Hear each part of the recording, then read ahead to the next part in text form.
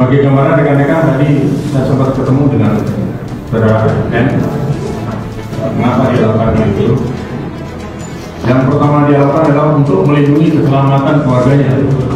Jadi ada istri dan anaknya 2 orang yang kala itu dihajar oleh 12 orang yang diduga debt collector tadi, dengan menggedor kaca mobil, kemudian memaksa untuk meminta kunci mobil dan memaksa keluar, sehingga kemudian ada upaya untuk bagaimana melindungi keluarga dari yang bersangkutan. Viral di media sosial ya, ada narasi bahwa Kapolri memerintahkan seluruh Kapolda untuk membasmi debt collector. Ini sangat bagus, tapi saya mau menyampaikan buat teman-teman semuanya, selain berita yang viral kemarin mengenai oknum polisi dengan debt collector, ini debt collector pinjol juga wajib sebenarnya untuk diburu juga gitu loh ya. Tapi sebelumnya saya mau terangkan sama teman-teman semuanya, narasi seperti ini benar apa tidak, atau narasi ini hanya sebatas peramaikan di dalam media sosial, atau memang faktanya seperti itu. Karena mengingat dulu ya, di awal 2023 saya masih ingat banget, itu sekitaran bulan Februari kalau saya nggak salah, itu dari Kapolda Metro Jaya itu memang memburu habis-habisan debt collector yang bertindak main hakim sendiri di luar dari SOP untuk wilayah Jakarta ya. Tapi hasil sampai detik ini pun di wilayah Jakarta juga tetap aja debt collector yang nakal-nakal itu tetap ada. Sekarang muncul lagi satu narasi, Kapolri memerintahkan semua Kapolda untuk membasmi debt collector. Benar atau tidak hal ini? Ini yang mau saya terangkan buat teman-teman semuanya, terutama yang baru telat bayar atau tidak mampu bayar di pinjaman online. Tapi seperti biasa, yang belum mensupport channel ini boleh disupport dulu, boleh didukung dulu. Mudah-mudahan supportan dan dukungan Anda menjadikan channel ini makin berkembang lagi dan saya makin semangat lagi dalam memberikan motivasi dan edukasi. Silahkan. Viral narasi Kapolri perintahkan seluruh Kapolda berantas debt collector. Benar apa tidak? Saya pun juga berharap harusnya benar-benar ya, perintah langsung dari Kapolri untuk memberantas debt collector yang selalu bertindak dengan kekerasan, intimidasi, mempermalukan, supaya hal-hal yang aksi-aksi premanisme itu tidak muncul lagi, aksi premanisme itu tidak ada lagi di tanah air Indonesia ini gitu loh. Karena sih miris juga ya kan, setiap hari kita diributkan dengan masalah debt collector menagih gitu loh. Belum yang terbaru kasus yang di Palembang kan sangat disayangkan juga ya terjadi, bahwasannya itu berdasarkan keterangan yang telah dihimpun juga dari keterangan pihak kepolisian yang ada di Palembang pun telah mereka lakukan pemeriksaan terhadap oknum polisi ini. Ternyata debt collectornya datang sampai 12 orang, sampai gedor-gedor pintu, dan sehingga si oknum polisi ini merasa ini penghadangan atau premanisme dan segala macam. Itu kan memang sering terjadi gitu loh. Cuman ya kita sangat disayangkan juga, kalau bisa jangan main hakim sendiri, itu kita juga kurang mendukung. Dan dari debt collector itu memang dari dulu pekerjaannya ya selalu aja mereka meresahkan gitu loh. Banyak orang-orang yang kurang suka dengan hal itu ya kan. Oke, kita masuk ke sini aja. Viral narasi Kapolri perintahkan seluruh Kapolda berantas debt collector. Oke. Tribunnews.com Jakarta, ini benar apa tidak sih? Lihat dulu ini. Sebuah narasi viral di media sosial yang memuat pernyataan Kapolri Jenderal Polisi Listio Sigit Prabowo terkait masalah debt collector. Dalam unggahannya, Kapolri disebut memerintahkan kepada seluruh Kapolda di Indonesia untuk menindak tegas dan menangkap debt collector.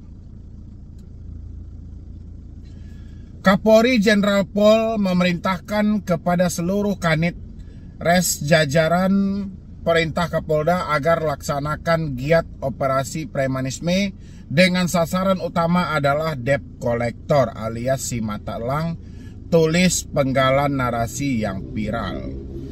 Adapun narasi tersebut kemudian ramai diperbincangkan dengan mengaitkan peristiwa penembakan oleh oknum polisi terhadap debt collector di Palembang, Sumatera Selatan. Terkait itu, Polri angkat bicara soal pernyataan tersebut. Di dalam narasi disebutkan jika ada surat edaran yang berisi arahan Kapolri, namun tidak disebutkan dengan jelas nomor suratnya. Pada pemberitaan tersebut tidak ada narasumber yang menjelaskan serta surat edaran yang ditunjukkan, maka bisa menjadi misinformasi dan disinformasi. Kata Karo Penmas Divisi Humas Polri Brigjen Trunoyudo Wisnu Andiko saat dihubungi. Dalam hal ini, Trunoyudo turut menjelaskan tugas dan fungsi Polri yang dituangkan dalam Undang-Undang RI Nomor 2 Tahun 2022. Menurutnya dalam undang-undang tersebut, Polri bertugas melihat keamanan, ketertiban, menegakkan hukum, melindungi, mengayomi, dan melayani masyarakat. Maka setiap anggota Polri menjalankan amanah tersebut. Konseptual undang-undang tentu dijalankan pada koridor sesuai aturan. Seluruh anggota Polri menjalankan perintah undang-undang untuk mewujudkan tugas dan fungsi, ungkapnya. Tindakan terakhir adalah penegakan hukum demi mewujudkan dan memelihara Kamtipmas untuk melindungi dan mengayomi masyarakat. Namun pada konteks penegakan hukum ditunjukkan kepada pelaku yang diduga melakukan perbuatan melawan hukum sebagaimana diatur dalam Undang-Undang Perbuatan yang Melawan Hukum, sambungnya.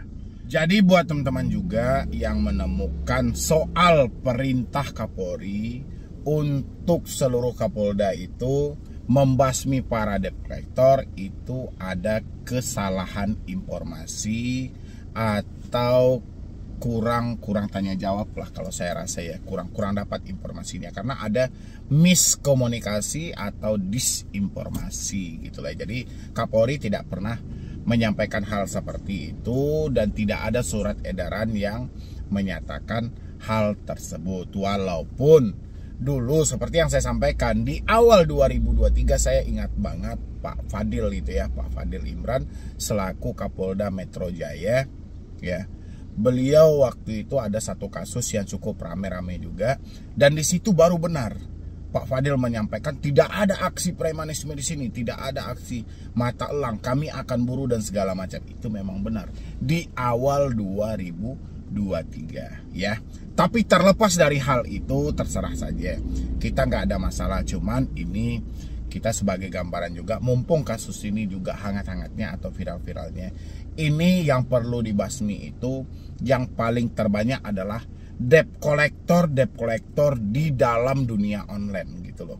Kalau di alam nyata mungkin persinya sangat berkurang, tapi di dalam dunia online itu luar biasa banget. Sampai caci maki, hinaan, penculikan, dan kalau bisa saya rasa sudah saatnya penggerebekan itu dilakukan lagi seperti layaknya waktu 2021. Tapi dengan sasaran pinjol-pinjol legal yang selalu mengutamakan caci maki. Ya, tapi yang kita tahu sampai detik ini apa boleh buat gitu loh.